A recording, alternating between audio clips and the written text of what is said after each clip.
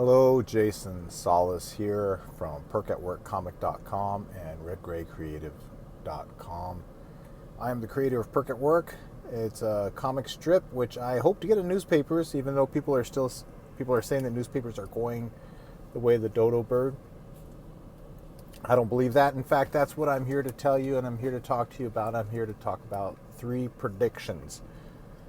And the newspapers happen to be one of them. The second one is going to be about TV shows, and the third is going to be about movies. So all entertainment, all fun stuff. I'm having a boba tea right now. It's a Sunday afternoon. I'm sitting in my car because, quite frankly, it's pretty depressing when I go into places and you have to wear this mask. And I mean, you can sit down and not wear the mask, but then it's just a weird feeling in there. I don't like it.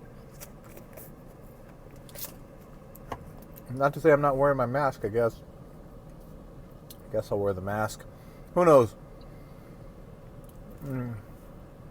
Sorry, I got the boba in there. In any case, the first thing I'm going to talk about is newspapers. Now, I am going to attempt, I know we shouldn't talk about things that we're going to do. However, I would like to get my comic strip syndicated. Now, people may say, well, Jason, that's a stupid idea because there's not enough newspapers that are going to be out there published, and the syndicates aren't going to be putting comics in newspapers. Well, they still are. Secondly, I have an idea. And now, granted that the newspapers are all, basically, a few companies own the majority of the newspapers. We all know this. I mean, if you don't know that, well, there you go. You learned something today. In any case, I see a resurgence of newspapers, especially at the local level, meaning that there's going to be a lot of people or a lot of places that are going to want to kind of like pull away from big major corporations and conglomerates and whatnot, and just have their local paper, locally owned, privately owned, with the news for that local place. And they can still put some national news, but it's going to be the news, the flavor of that local town. You would think that all newspapers are like that, but they're just not. There's a lot of canned stuff. And then, as you know, there's just a lot of weird stuff out there. I believe that there are people like myself who still like paper, newspapers, reading on paper, but also the fact that when things are going video or internet, there's a lot of clickbait, right? There's a lot of articles that are written that are saying, well, you know, we hate this side or we hate that side because we're on this side, whether it's Republican or Democrat or whatever. It's always going to be, you know, polarized stuff for the internet.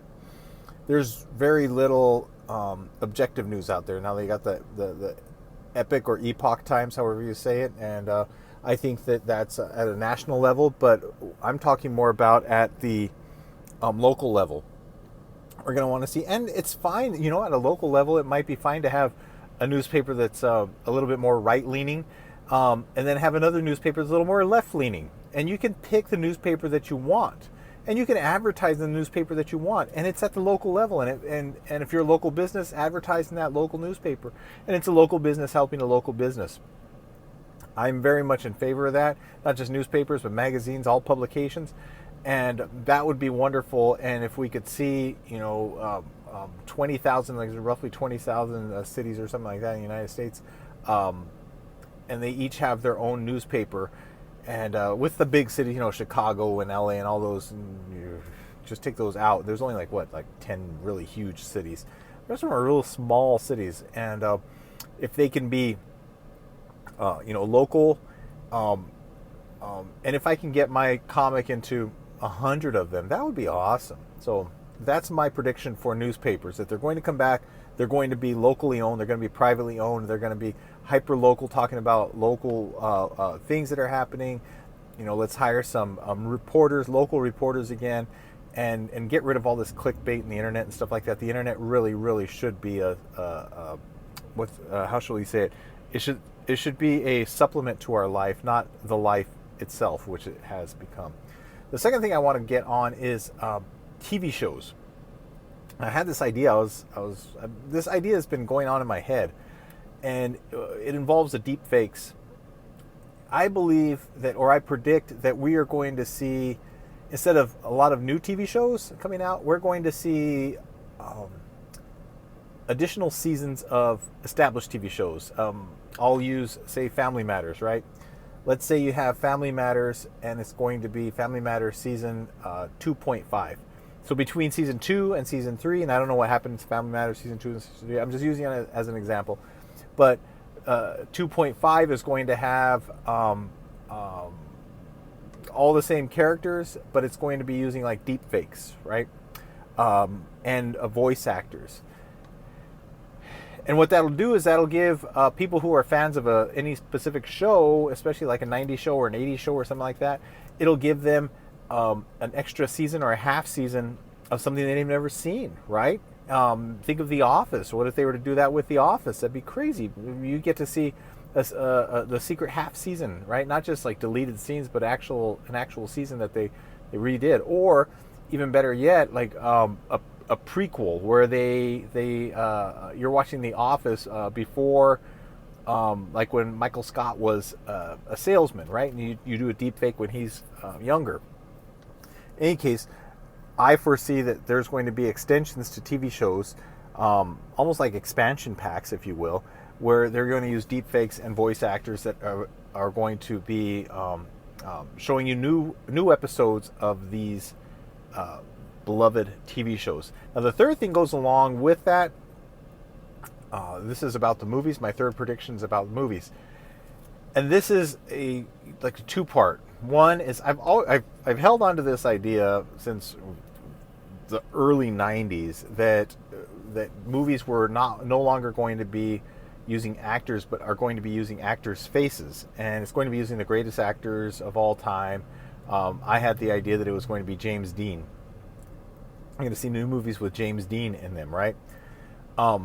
With the deep fake technology, we can see that. Now, I want to take a break and tell you that I'm not a huge fan of it. I actually don't really like the deep fake stuff, whether it's a video or the voice, because it's somewhat deceptive.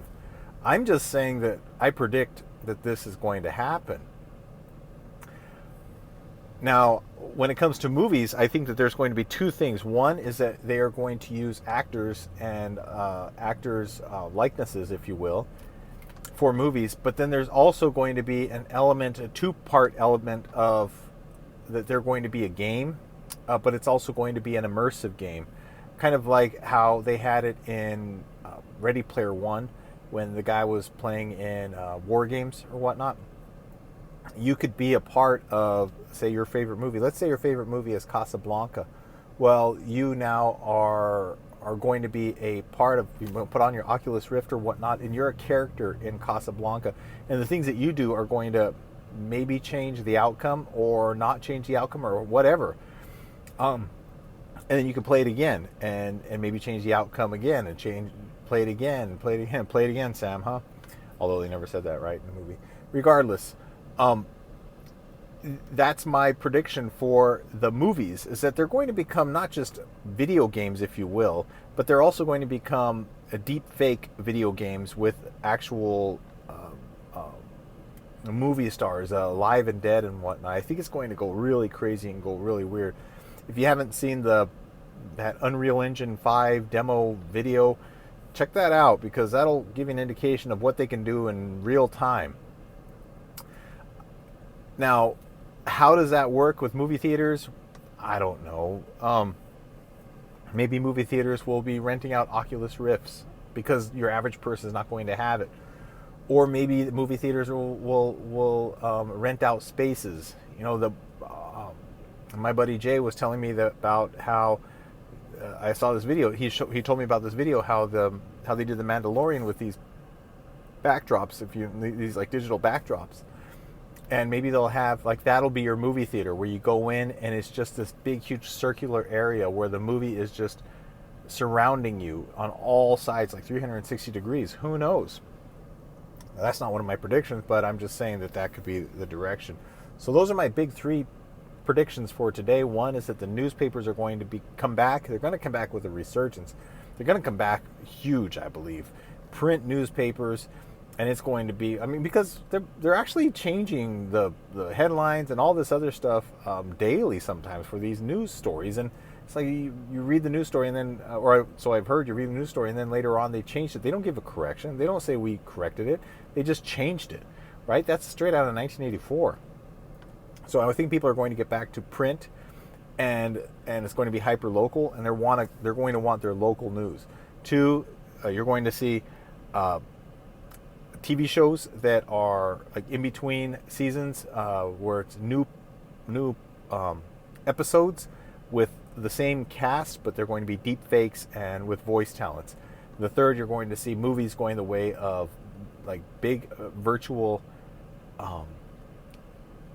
Oculus Rift type games, if you will, and the movies will change as we interact with them, and you might even have, multiplayer, if you will, movies. Now you're going to be in Toy Story or whatnot as one of the characters. Who knows? In any case, those are my predictions, and if you have any ideas of what those predictions are, go ahead and comment below. If you like this video, like and subscribe. I will be doing more videos like this. You can look back at some of the earlier predictions that I've had. Also, I will be doing more drawing videos, and you can check that out on my channel again on YouTube, Perk at Work. I have my website, perkatworkcomic.com, redgraycreative.com. And again, my name is Jason Solis. Have a good one.